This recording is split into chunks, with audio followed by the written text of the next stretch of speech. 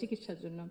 ওখানে বিভিন্ন ধরনের বিভিন্ন দেশ থেকে নার্স ছিল, ডাক্তার ছিলেন, এবং একটি নার্স ছিলেন নাইজেরিয়া থেকে, নাইজেরিয়া ওয়েস্ট আফ্রিকাতে। আম্মা আব্বা একদিন দাদুকে সকাল সকাল দেখতে গেছিল, তো নার্স তারপরে বললেছে যে ও আমি তো আপনার মাকে চিনেছি। আম্মু আব্বু বললো কিভাবে? আপনার মাই প্রথম ইলেক্টেড প্রাইম মিনিস্টার বাংলাদেশের না? আম্মু আব্বু তো অবাক, হ্যাঁ আপনি কিভাবে জানেন?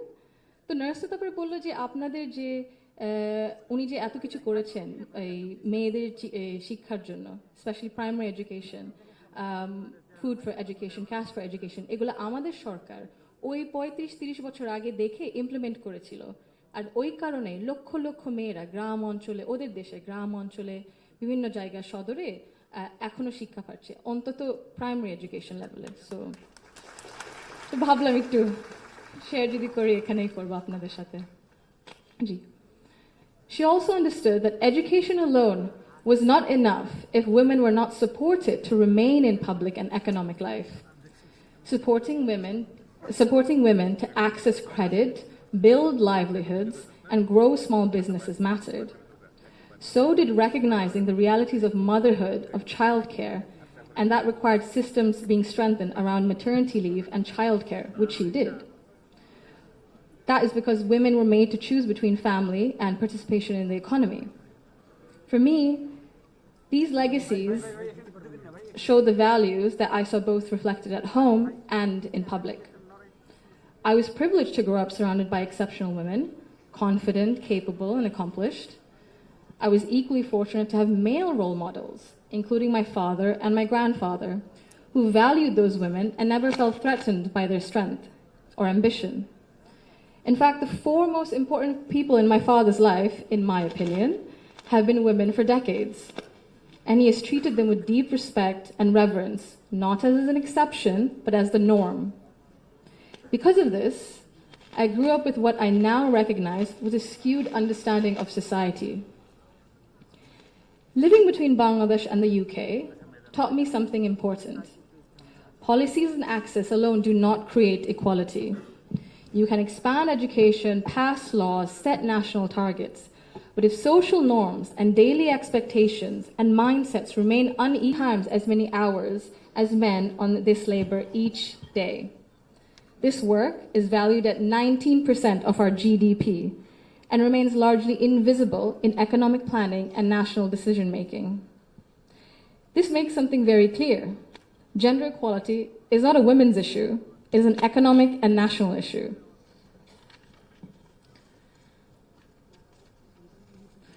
When women carry the bulk of responsibility, their participation in the formal economy suffers. Despite significant gains in girls' education, women's labor force participation in Bangladesh remains below 40% compared to over 80% for men. Women are far more likely to step back from paid work after marriage or childbirth, not because they lack ability or ambition, but because systems assume they will absorb the cost. This imbalance begins early. Girls are expected to adjust their ambitions around family needs, while boys are rarely taught that responsibility and care are shared obligations. Over time, this became structural and progress stalls. Women are already leaders, and many of those leaders are in this room today. Women who have carried institutions, families, movements, and communities forward, generation after generation. Bangladesh's progress bears your fingerprints, even when history has not always said your name out loud. This brings me to a central point. Belief means nothing without action. To the men among us, our fathers, our brothers, our sons, our husbands, our colleagues and friends, your support for women's rights matters. Your celebration of women's success matters, but equality cannot survive on words alone. If systems and expectations continue to rely on women's sacrifice as the default, inequality continues comfortably. Fathers, in particular, I believe, have a unique role in breaking this cycle.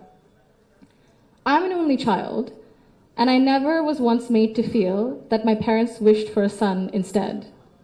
My father once scolded someone for even asking that question. He understood that while I was treated with respect and care at home, the world outside would not always be the same. So he made sure that I could navigate it with confidence.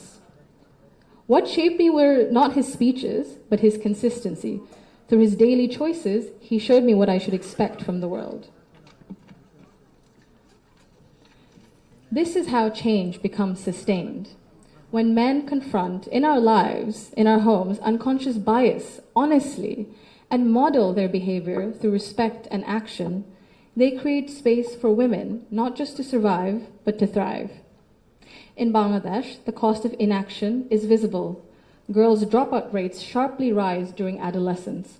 Women in public life, in leadership, face harsher judgment. In Bangladesh alone, there's a statistic that 78% of women have faced harassment online, primarily from Facebook. Education and opportunity collapse if inequality at home and in mindset remains untouched. And for a country facing climate change, economic and political transition, demographic pressure, Bangladesh cannot afford to sideline half its population through exhaustion and social expectation. When women are welcomed rather than sidelined, they do not only change their own lives, they change the future of their families and the future of the nation. If Bangladesh wants real progress, not symbolic success stories, but sustained national development, then empowerment cannot stop only at classrooms, only in offices or policies. They must reach our homes, our institutions, and our mindsets, and it must be the responsibility of all of us. I thank you all for engaging in an inclusive dialogue today that reflects the true spirit of progress. Thank you. Thank you so much for your valuable opinion and remarks, Barrister Jamia Rahman. May I kindly request you to be seated on the stage with us.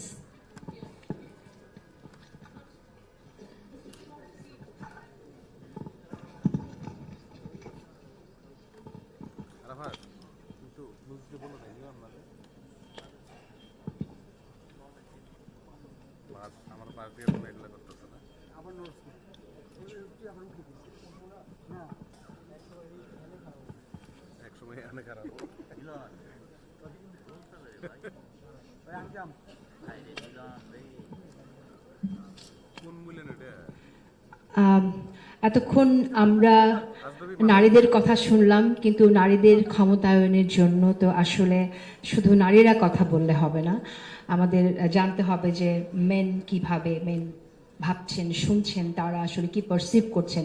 সেই জায়গা থেকে আমাদের এখানে একজন special guest আছেন, যিনি আসলে policy making এর আগেও ছিলেন, যিনি সংস্কারের সাথেও তিনি রিফর্ম নিয়েও কথা বলেছেন অনেক।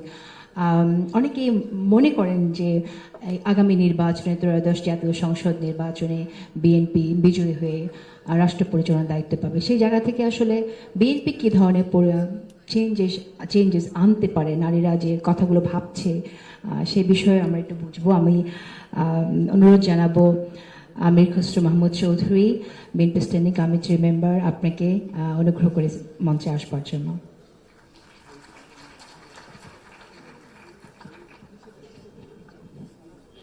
এটা আবার কেন দেখে, এটা কি মঞ্চ ডাকছে নাকি?